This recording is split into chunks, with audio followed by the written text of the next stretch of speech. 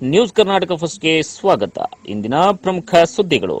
ಕರ್ನಾಟಕ ಒಂದರ ಹಿನ್ನೆಲೆ ಧ್ವನಿ ಅಪೂರ್ವ ರಾಘವೇಂದ್ರ. ಈ ದಿನದ ನ್ಯೂಸ್. ವಿಜಯಪುರ ವಿದ್ಯಾಸಂಸ್ಥೆಗಳ ಪ್ರಗತಿ ಆಂಗ್ಲ ಶಾಲೆಯ ವತಿಯಿಂದ ಶ್ರೀಮತಿ ಸಾವಿತ್ರಿ ಬಾಯಿ ಪುಲೆರವರ ಜನ್ಮದಿನವನ್ನು ಆಚರಿಸಿದ ಸುದ್ದಿ ನ್ಯೂಸ್ ಕರ್ನಾಟಕ ಒಂದರಲ್ಲಿ ವೀಕ್ಷಿಸಿ. ತೊಟ್ಟಿಲು ತೂಗುವ ಕೈ ಜಗತ್ತನ್ನೇ ಆಳಬಲ್ಲದು. ಜೆಎನ್ ಪ್ರಕಾಶ್. ಪ್ರಗತಿ ಆಂಗ್ಲ ಶಾಲೆಯ ಆವರಣದಲ್ಲಿ ದಿನಾಂಕ 3/1/2024 ಬುಧವಾರದಂದು ಅಕ್ಷರ ದವ್ವ ಎಂದು ಹೆಸರು ಪಡೆದಿರುವ ಶ್ರೀಮತಿ ಸಾವಿತ್ರಿ ಬಾಯಿ ಪುಲೆರವರ ಜನ್ಮದಿನಾಚರಣೆಯನ್ನು ಆಚರಿಸಲಾಯಿತು.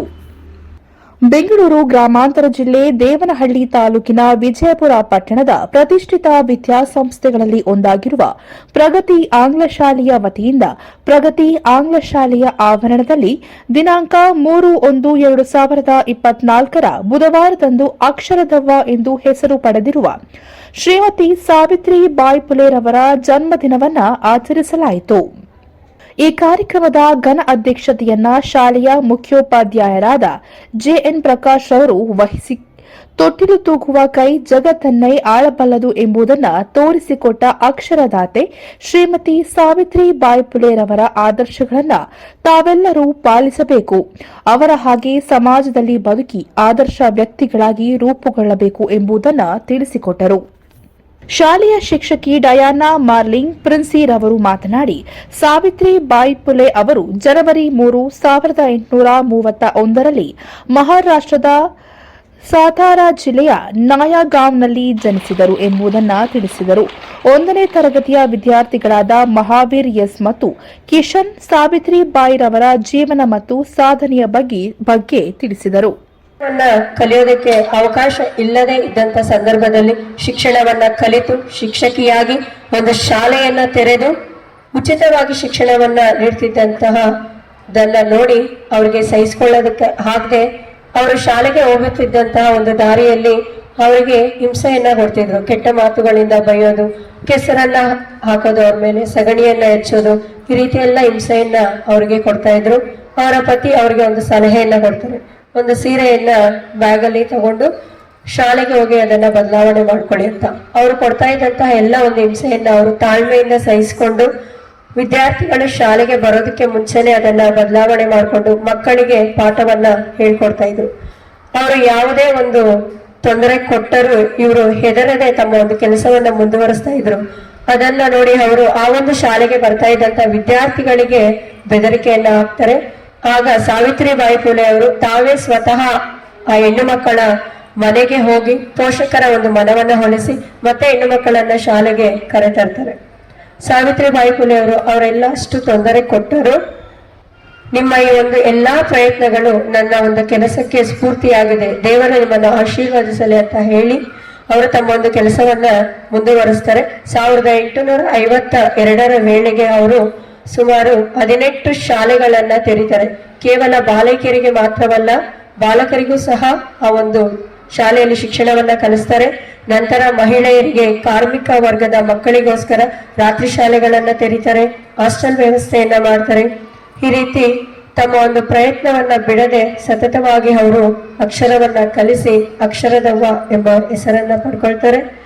ಇದಿಷ್ಟು ಇವರ ಬಗ್ಗೆ ಒಂದು ಮಾಹಿತಿ. ಆಧುನಿಕ ಭಾರತದ ಮೊಟ್ಟ ಮೊದಲ ಮಹಿಳಾ ಶಿಕ್ಷಕಿ ಎಂಬ ಹೆಗ್ಗಳಿಕೆಗೆ ಪಾತ್ರರಾದಂತಹ ಸಾವಿತ್ರಿ ಬಾಯಿ ಪುಲೆರವರ ಹುಟ್ಟುಹಬ್ಬವನ್ನು ನಾವು ಇಂದು ನಮ್ಮ ಶಾಲೆಯಲ್ಲಿ ಆಚರಣೆ ಮಾಡ್ತಿದ್ದೇವೆ.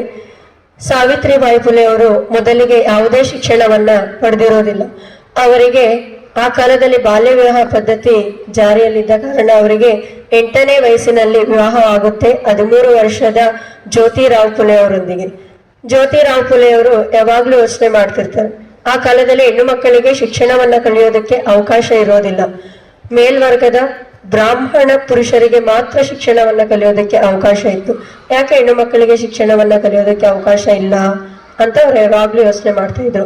ಅವರು ಒಂದ್ ಸ್ವಲ್ಪ ಮಟ್ಟಿಗೆ ಓದ್ಕೊಂಡಿದ್ದು ತಮ್ಮ ಹೆಂಡತಿಗೆ ಶಿಕ್ಷಣವನ್ನ ಕಲಿಸೋದಕ್ಕೆ ಅವರು ಆಸಕ್ತಿಯನ್ನ ತೋರ್ತಾರೆ. ಸಾವಿತ್ರಿ ಬಾಯಿ ಪುಲೆ ಅವರಿಗೆ ಮನೆಯೇ ಮೊದಲ ಪಾಠಶಾಲೆ ಆಗುತ್ತೆ. ಯಶ್ವಿತಾ ಕೆಪಿ ಮತ್ತು ನಿತ್ಯಪ್ರಿಯಾ ಟಿಕೆ ಶ್ರೀಮತಿ ಸಾವಿತ್ರಿ ಬಾಯಿ ಪುಲೆರವರ ಸಾಧನೆಗಳ ಬಗ್ಗೆ ತಿಳಿಸಿದರು. ಈ ಕಾರ್ಯಕ್ರಮದಲ್ಲಿ 1ನೇ ತರಗತಿಯ ಎಲ್ಲ ಶಿಕ್ಷಕಿಯರಿಂದ ಶ್ರೀಮತಿ ಸಾವಿತ್ರಿ ಬಾಯಿ ಪುಲೆರವರ ಕುರಿತು ಒಂದು ಗುಂಪು ಗಾಯನವನ್ನ ನಡೆಸಿಕೊಟ್ಟರು. ಈ ಕಾರ್ಯಕ್ರಮದಲ್ಲಿ ಶಾಲೆಯ ಎಲ್ಲಾ ವಿದ್ಯಾರ್ಥಿಗಳು, ಶಿಕ್ಷಕರು, ಶಿಕ್ಷಕಿಯರು ಹಾಗೂ ಶಿಕ್ಷಕೇತರ ವೃಂದದವರು ಪಾಲ್ಗೊಂಡಿದ್ದರು. ಸಾವಿತ್ರಿಬಾಯಿ ಫುಲೆ ಅವರನ್ನು ಆಧುನಿಕ ಭಾರತದ ಪ್ರಥಮ ಮಹಿಳಾ ಶಿಕ್ಷಕಿ ಎಂದು ಗುರುತಿಸಲಾಗಿದೆ. ಇವರು ಜನವರಿ 3, 1831ರಲ್ಲಿ ಮಹಾರಾಷ್ಟ್ರದ ನೈಗಂನಲ್ಲಿ ಜನಿಸಿದರು. ಇವರ ಪತಿ ಜ್ಯೋತಿರಾವ್ ಫುಲೆ ಆಗಿನ ಕಾಲದಲ್ಲಿ ಶಿಕ್ಷಕಿ ಆಗುವುದೆಂದರೆ ಧರ್ಮಕ್ಕೆ ವಿರುದ್ಧವಾಗುವುದು. ಅದಕ್ಕೆ ಅವರ ಮೇಲೆ ಸಗಣಿ, ಕಲ್ಲು, ಕೆಸರನ್ನು ತೂರುತ್ತಿದ್ದರು. ಇದಕ್ಕೂ ಸಹ ದುಡ್ಡಿಗೇಡದ ಸಾವಿತ್ರಿ ಅವರು ಶಿಕ್ಷಕಿಯಾಗಿ 18 ಶಾಲೆಗಳನ್ನು ತೆರೆದರು.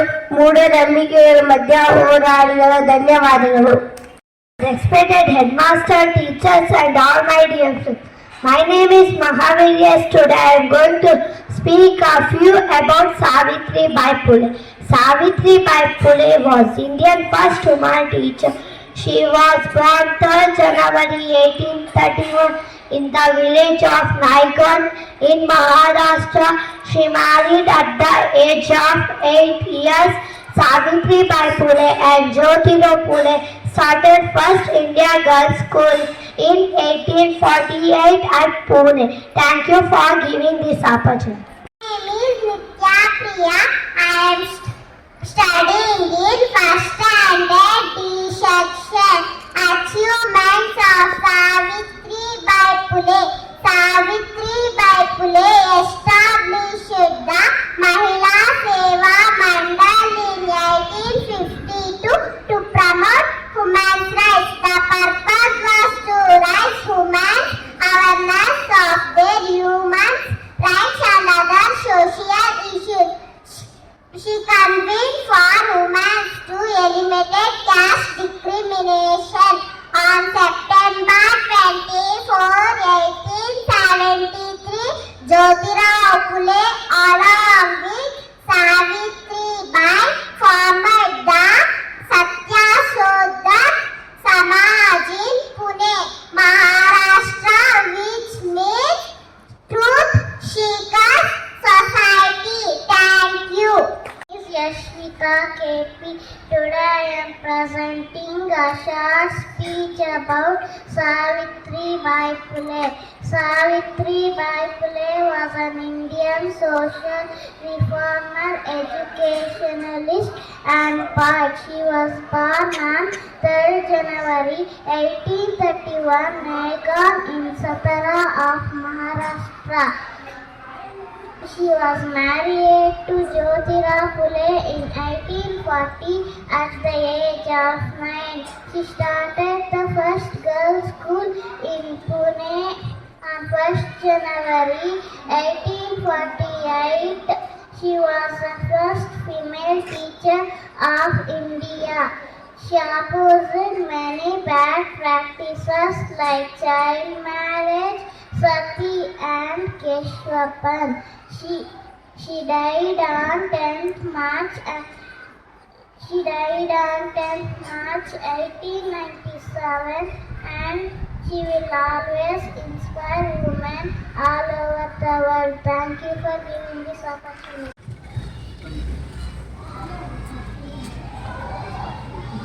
ನೆನೆಯೋಣ ನಾವು ಸಾವಿತ್ರಿ ಮಾತೆಯ, ಅಮ್ಮ ಪುಲೆಯ ಮುಗಿಲಗಲ ಪ್ರೀತಿಯ.